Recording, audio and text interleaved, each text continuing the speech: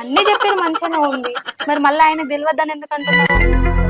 ఇల్లేదో ఉంది, అదేందో నేను తెలుసుకుంటా, చెప్తా ఇలా సంగతి. ఉందంటవా ఏ శ్రవంతక్క? ఏమాడ చెప్పేస్తాడు ఉన్నదేమో చూద్దాం పా. పోయి శ్రవంతక్క, ఈ శృంగారించుకుంటే సరిపోతుంది. ముత్తత గారి ప్రణామాలు. అతి వినయం.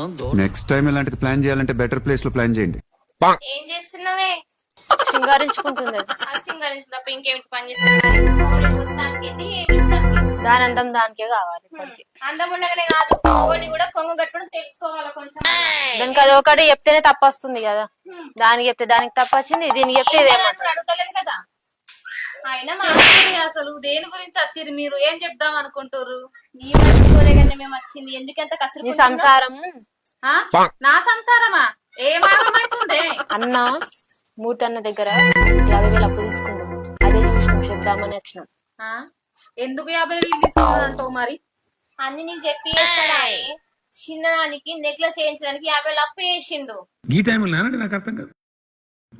లోకమే ఆగమైతుందిరా అంటే అది కాదే అక్క, నువ్వు తెల్లారిపోతుంటే పూజలు అసలు గుడి చుట్టూ తిరుగుతుంటే అన్న నీ దగ్గర ఉంటాడే. చిన్నాన్ని ఎందుకు చేసుకుని చెప్పు. నీకు మూతం కన్నా ముక్కం కన్నా ఏం అక్కరు మన దాని దగ్గర కొత్త చెప్పు. ఏమన్నా నా మీకు సుర్రు మనలు వేస్తున్నావు. నువ్వు గుడి చుట్టూ తిరుగు,